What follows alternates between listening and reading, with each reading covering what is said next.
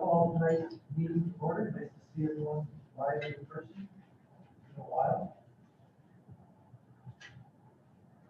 Let's see how we want to do the roll call. Screen present, Mr. Schultz. Sophie present. Ms. Walsh. Walsh present. Mr. Zanetti. Zanetti present. Mr. Patrick. Fitzpatrick present. Mr. Hiller. Hiller present. Mr. Garcia. Garcia present. Everyone's here. Please rise for the pledge of allegiance. Allegiance to the flag of the United States of America and to the republic for which it stands, one nation, under God, indivisible, with liberty and justice for all. I have no changes. So moved. Support. Motion by Zanetti, support by Fitzpatrick. All in favor, say yes. Yes. Opposed, motion carries. Item 4 is the minutes from March 8th meeting. You can take those to review them. Motion to accept March 8th meeting minutes. Support. Motion by Fitzpatrick, support by Mr. Hiller. Any questions? All in favor, say yes. Yes. Opposed, motion carries. Item 6 is the treasurer's report. Mr. Cassidy. Yes, tonight we're going to take a look at the February 2021 Treasurer's Report. Beginning with the general fund, local revenue totaling $363,971. $351,000 of that is still related to local tax collections. In addition, we have $7,000 in tuition from our adult education program, as well as $5,000 in rental revenue that has come in. State revenue, a total of $2,744,280, which is our state aid payment for the month of February, as well as a payment from the Wayne RESA for our Section 107 adult education funding. And then the federal revenue of $403,678 is made up of the GEARS fund, or the Governor's Education Relief Funding reimbursement payment, as well as a payment reimbursement of our ESSER 1, which is another one of our federal COVID relief payments, our IDEA refund payment reimbursement, as well as Perkins Grant reimbursement. The incoming transfer line is made up of our special ed millage payment from the ISD, enhancement millage payment from the ISD, as well as a prior year period special education cost adjustment. So total revenue in the general fund for the month of February was $3,792,827, with disbursements during the month of $2,946,260. Year-to-date totals down at the bottom, you can see that we are at $20.97 million in revenue in the general fund and $19.8 million in expenses through the end of February 2021. The food service fund continues to see low local sales revenue, as the majority of our meals are all free meals now. The only purchases that we continue to see would be a la carte purchases from students for additional items beyond their regular school lunch. State aid is the state revenue for $28,910. And then our federal revenue for the month of February for our breakfast and lunch claims reimbursements of $145,441. Expenses in the food service fund for the month of February totaled $110,444, with our year-to-date totals of just over $812,000 in revenue through the end of February and $730,425 worth of expenses in the food service fund. And then last night, we have the ISD Centers Program Fund with $143,500 in state aid, which is the state revenue line, $644,521 from the MISD. And at the bottom, you can see we're now at $2.4 million in receipts to date and just under $2.1 million in expenses through the end of February for the ISD Centers Program. And that will be the February 2021 Treasurer's Report. Okay, that's the report. Are there any questions? Thank you, Neil. Next item is paying the bills. Yes, tonight I'd like to pay the following bills: 2018 bond, $1,301.70. 2020 bond series 1, $144. Support. Motion by Walsh, support board members show the questions. All in favor, say yes. Yes. Opposed? Motion carries. Item 8 is old business. Carries. Item 9 is new business reports. Our student reps are here. I'm smiling on it. Sorry. So cheerleading, had districts, I believe it was district this weekend, and they, placed in top 9. Over the weekend as well, bowling finished, second in regional, so they are now heading on to states. And then wrestling had 13 individual, wrestlers qualify for individual states. And then on Wednesday, all the tower bands were recording like a virtual concert to send to our families because we haven't been able to do anything like that this year, so I'm pretty excited about that. This week is the first round of districts, and boys are versing 6, and girls basketball is versing Girls Point South for the first round. And officially today, all spring sports started except track will start next week. And then as most of you guys know, we got a different commencement plan, and all the seniors are super excited for a commencement ceremony, and we're very Grateful that excited. we, Yeah, that we get grateful one. that we get a ceremony, and we get to have our parents come, which is huge, so we're super excited for that. I bet Mr. Huss's excited for that. And that's all. Great to see you. Thank you. Good to see you. Thank you. Mr. Hudson is the class advisor. Yep. The next item, item 9, is our budget amendment for 2021. The committee meeting on Tuesday. Yes. Yes, thank you. Perfect. So we had a finance committee meeting last week. Thank you for everybody for attending. Went through a lot of this in great detail, so we will kind of go through a high-level summary of a lot of the changes that we are recommending tonight. Start by taking a look at the general fund. Overall, our overall recommendation is an increase of just over $500,000 in total revenue in the general fund. We will go through the breakdown of those. Local revenue, we continue to see small declines in things like our earnings on investment and our rental revenues. We've not completely opened our buildings back up to rentals yet. Enrollment. So as of March 10th, we had a 3.94 negative adjustment on our total FTEs for students who had moved in or out of the district and out of the county between the 2 count dates. Overall, our enrollment trend, you can see here, the blue line, the last blue line here is our actual enrollment. The red line is what we are currently getting paid at due to the super blend, which is in place as part of the state aid act for this year. From a state revenue perspective, $11,000 decrease in the foundation grant, which was just the reflection of the enrollment that we just covered. Special ed cost reimbursement is an increase of $135,000. You will see an offset to this when we get to the centers program fund. This is really more so of a shift as more of our special ed costs continue to be in the general fund than they do in the centers program fund. So we continue to see that our programs within non-center based related programs continue to grow while our center based programs are continuing to get smaller. So this is a shift in that revenue between the 2 funds. The next 2 items are offset costs. So MIPSR's money returned to us, or MIPSR's normal cost offset to offset the additional cost of some of the retirement reforms that have taken place the last couple of years. And then the MIPSR's ORS forfeiture campaign refund is new revenue for us.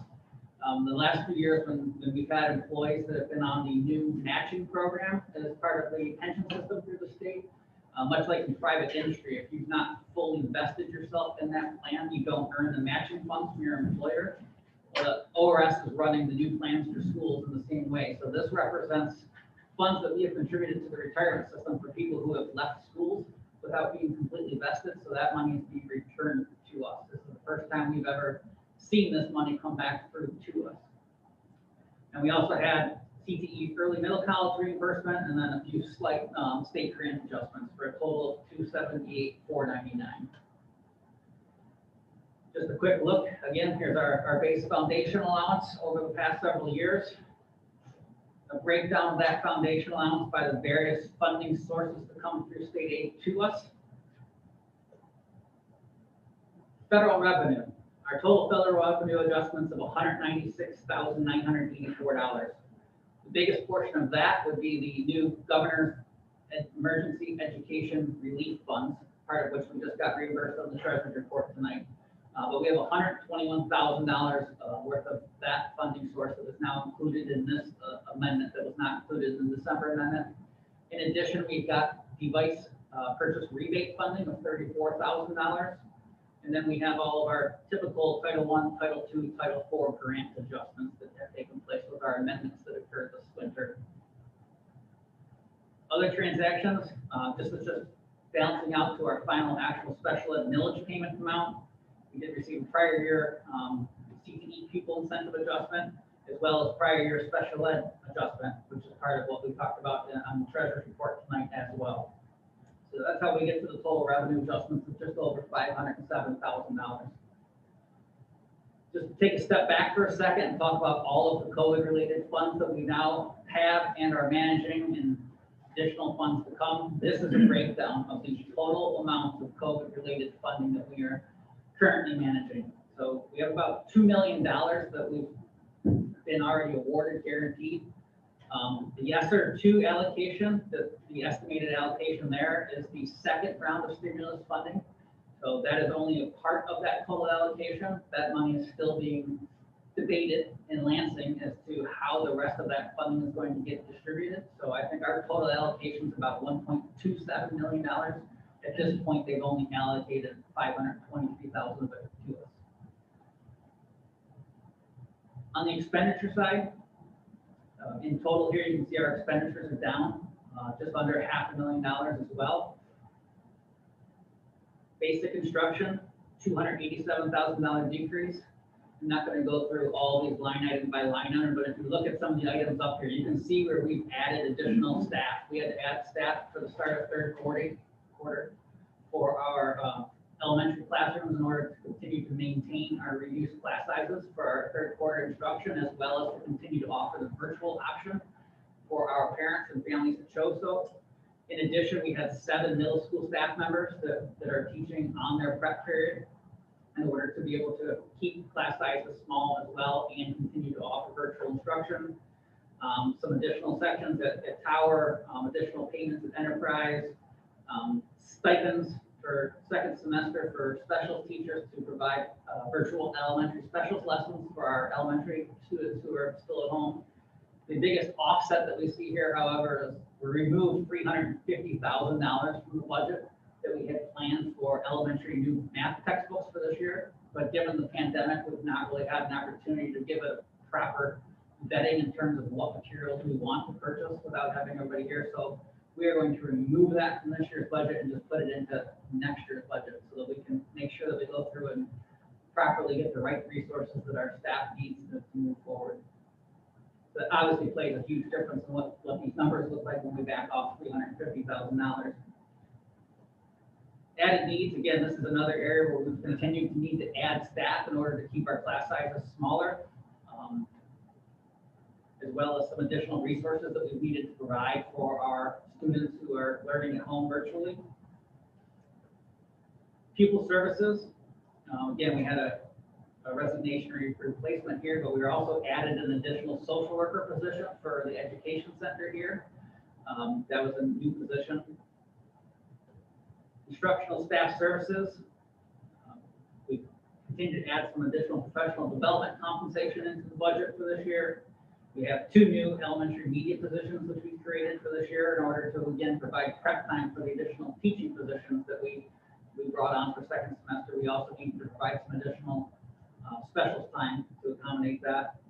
And then we have some additional teacher professional development costs, as well as savings from not administering the NWA test at the high school level for this year.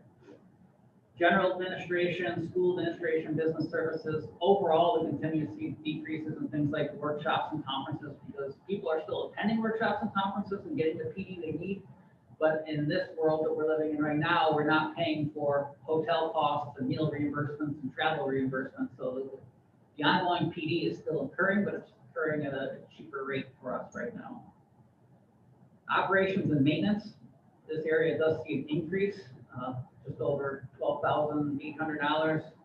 We've had a couple retirements and resignations in this area, but this is also the area where we continue to charge all of the PPE and safety equipment and things that we continue to buy to operate for this year. People transportation is down as well. So people transportation is an area that's impacted when we have shutdowns of in-person instruction. So we had a period in November and December where elementary and middle school were back to virtual, and really the high schools were virtual for all of January as well. So without having as many bus runs, we have reduced driver costs along with that. There's reduced field trip costs, reduced sports run costs, and then reduced fuel costs as well. Central services, we had a retirement and replacement. We do see some increases occurring naturally in student laptop repairs, just because we've got more laptops out there than we've ever had in history before. So athletics is just a few small changes related to coaching changes and benefit changes. And then there's a large adjustment for community services here, which is where we allocate any of our funds that we're required to give to our private schools.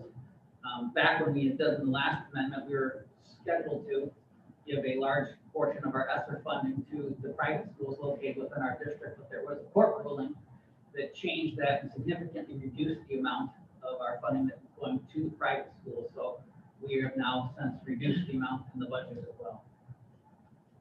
So overall, we've taken the budget from just under $1 million deficit down to just over $217,000 right now. Looking forward, we still have to take into account with our final budget amendment the things that we're putting in place for fourth quarter. So this amendment was done before we knew all of the final fourth quarter changes, so there will be some additional changes that will take place because of that. Really looking forward, we need to start to prepare for the declining enrollment that we'll anticipate seeing as our large senior class graduates this year. Keep reminding my years. We have to continue to manage the one-time federal stimulus funding that we're getting, further rollback of the 18 mills, and contract negotiations with all of our groups this year. And then, as we always have to keep an eye on what happens with all the retirement and ESSER funding at the state level.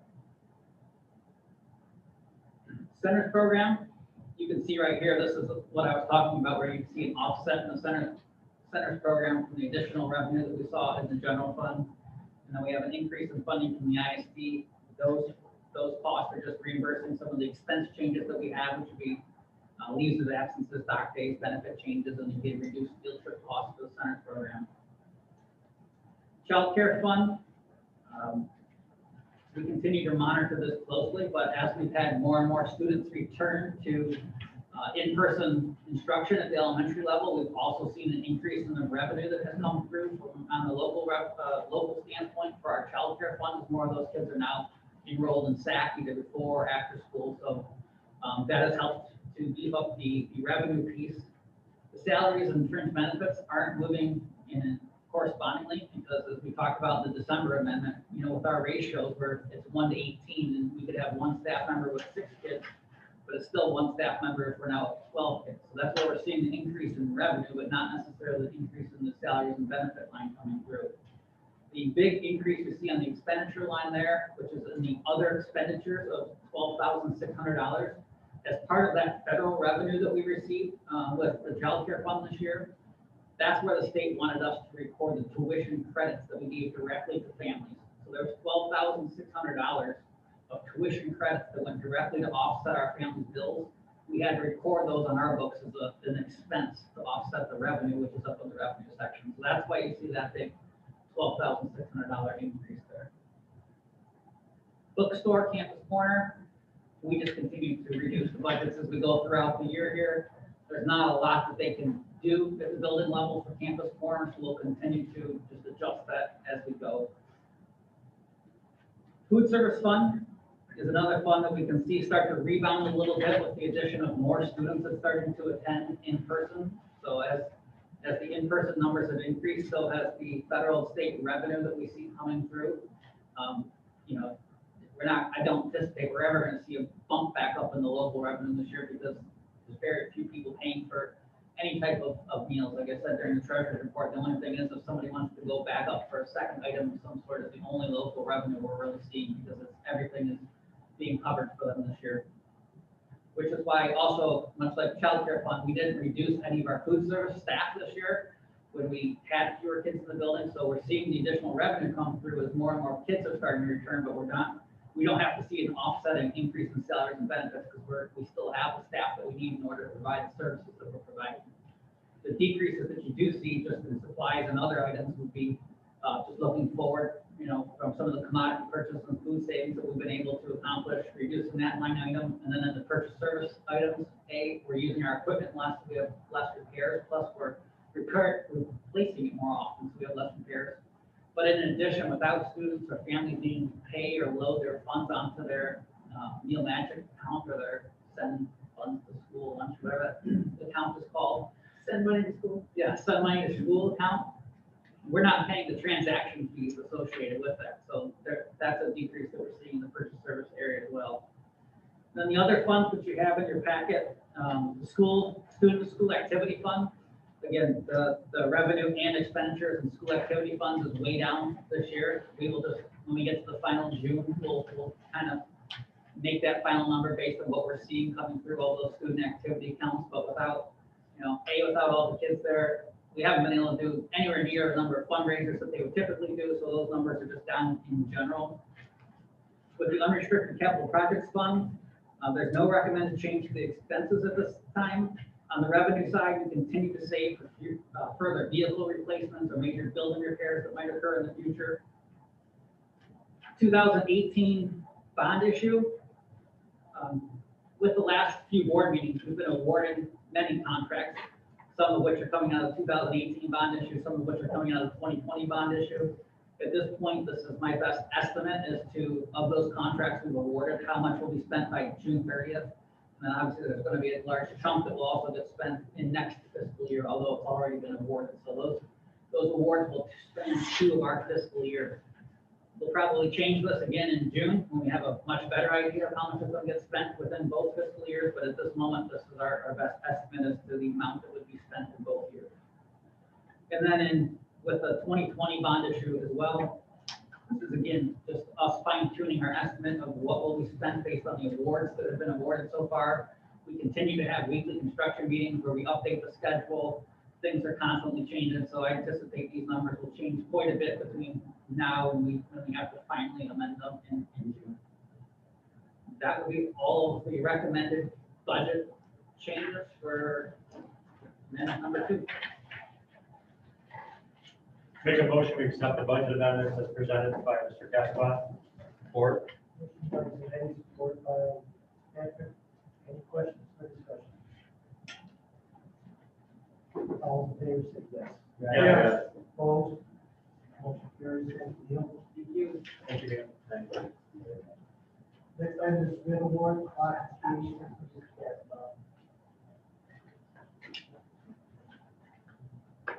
Yes, tonight we are happy to bring forward recommendation to award bid 21T02. This would be the second of our technology awards for the summer's work. There's 3 major components to this recommendation. One would be a new clock system for the entire district, which many people are celebrating as possibly the biggest improvement we're going to make. Girls. And I'm not sure that there are any 2 clocks in this entire district right now which read the same time. So to think that we're going to have the whole district actually on the same time here shortly is very exciting to many, many people. So that is the first item that you see, the recommended award to Amcom Telecommunications for synchronized clock system. The second award recommendation for SoundCom systems is for the public address system at Warrenwood's Middle School and Warrenwood's Tower. This system would match the system that we've put in over the last couple of years at the elementary schools, as well as this building and Enterprise, so that all the buildings will now be on the same system. And I think this is probably maybe the second most exciting thing from the building level, from both middle school and the high school, to get those systems replaced. And then the last item would be low voltage cabling recommendation to Trendset Communications Group. This would address all the cabling that is necessary to go along with the renovations that are occurring this summer for the new Tower High School, renovations for the office, as well as the reconfiguration of the old Pinewood office, as well as the Enterprise High School office reconfiguration, and any of the data drops and things we need to be able to run to address the reconfiguration of those spaces moving forward. Make a motion, we approve. Motion by Hill, Support. support by Mr. Walsh, any questions? All in favor, say yes. Yes. Opposed, motion carries. Item D is bid award to furniture. Yes, we are recommending an award of furniture this evening for the Warren's Tower English Department. The award would go to NDS Commercial Interiors. This bid packet includes 35 new desks with corresponding either classroom chairs or stools for all 8 of the Warren's Tower English Department classrooms, as well as new teachers' desks and rectangular tables that they use throughout their classrooms. So this will completely outfit every one of the Warren's Tower English Department classrooms with new classroom furniture. Make a motion, support. Motion by Shelby. Support. Support by Mr. Hill, any questions? Just one question. So the rooms that are getting this new furniture, have they been redone, meaning new carpet, new paint and everything? Yep. As far as, yeah, so they're upgraded, so everything's gonna look right on top of what, it's put new furniture in the whole, with the room, so just wanna make sure we're doing the right thing. Okay, thank you. Okay, any other questions? All in favor, say yes. Yes. Opposed, motion carries. Next item is the bid award for marquee sign. This will be the last bid recommendation for tonight. It will be for us to issue a purchase order to Daktronics for the new digital sign that will go on the corner of Martin and Bunner for Warren's Tower High School. It will be much like the sign that is currently in place at Warren's Middle School. It will be a full color sign that we will be able to connect to with fiber optic cabling, a complete upgrade from what we're used to out there now. We are purchasing this direct. We've learned over the last couple summers with signs that having it ordered through an electrical contractor, we've had multiple issues in terms of the wrong components, the wrong fiber connections coming. We're doing this direct because we can buy it off of a cooperative bid. So the bid pricing is already set, and we know that we're ordering exactly what we need. The sign will then be delivered to the electrician, who will then prepare it and bring it out and install it. But this way, we know that we are getting exactly the sign that we need to have. Motion to accept the marquee sign bid.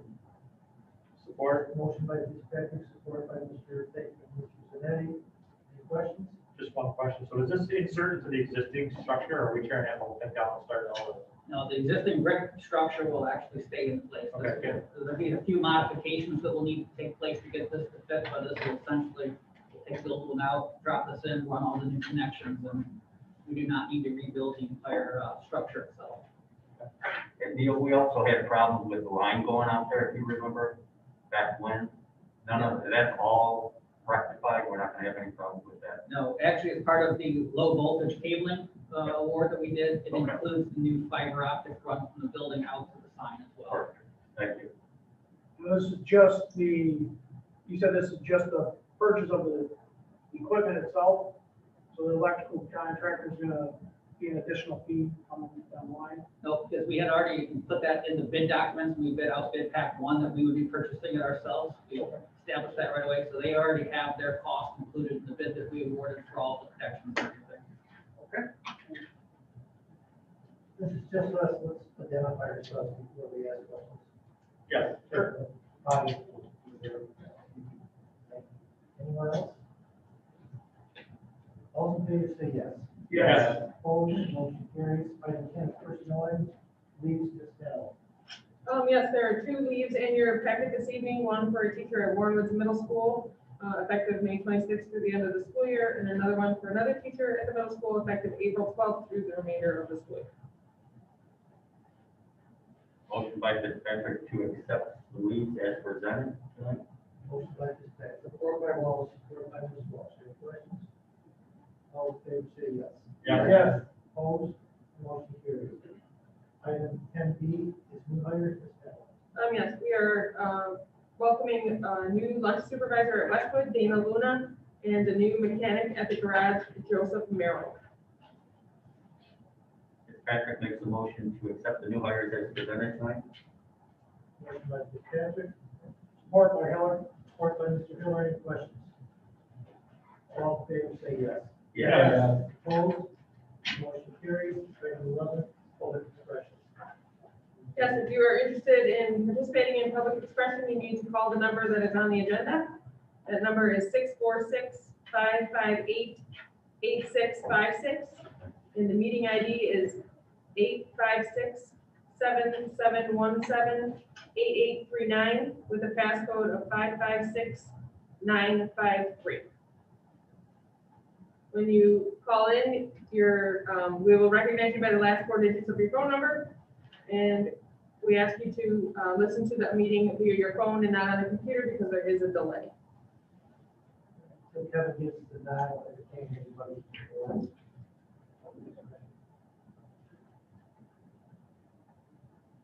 I'll just say, I did have a chance to go to Briarwood and read last week, which was very exciting. I got to read in all of the classrooms, except for kindergarten, but I was in all of the other ones. So I know that they had sent a calendar around. If you click on the link on the calendar, it just directs you to the person in that building that's in charge of coordinating that. So you'll just get an email to those people, and they're welcome. They'd love to have you in person, or if you just want to do a video, we got a couple videos from a few legislators, which was nice.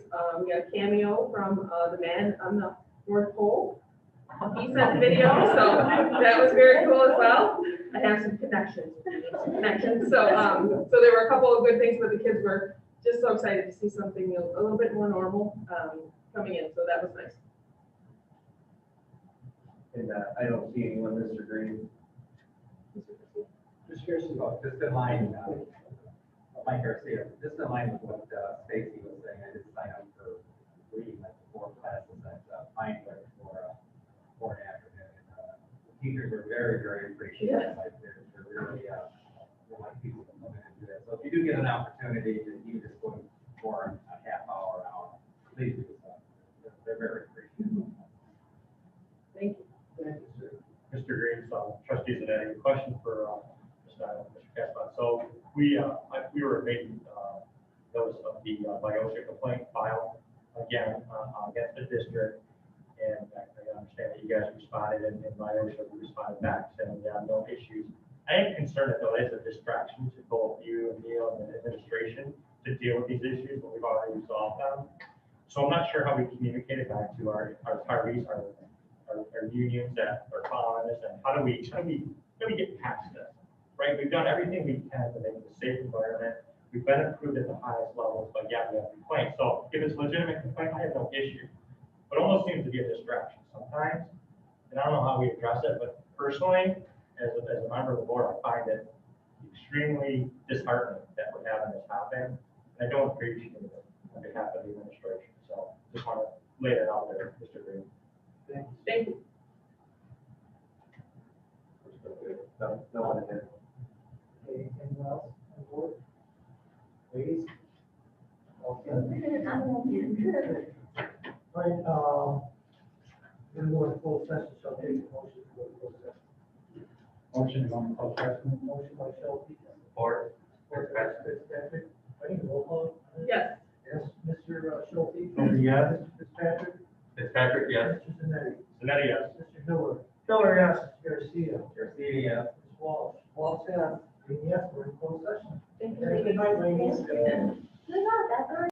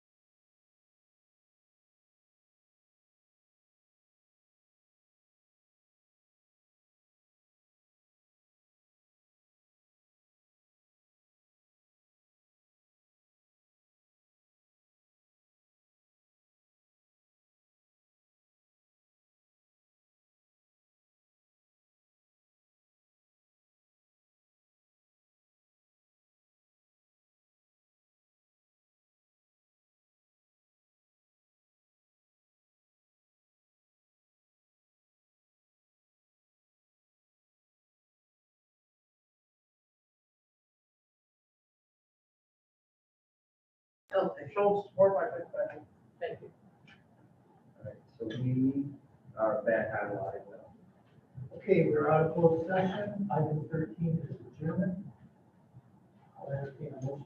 Fitzpatrick will make a motion to adjourn for tonight. Motion by Fitzpatrick, Support by Hiller. support by Mr. Hiller. All in favor, say yes. Yeah. Opposed?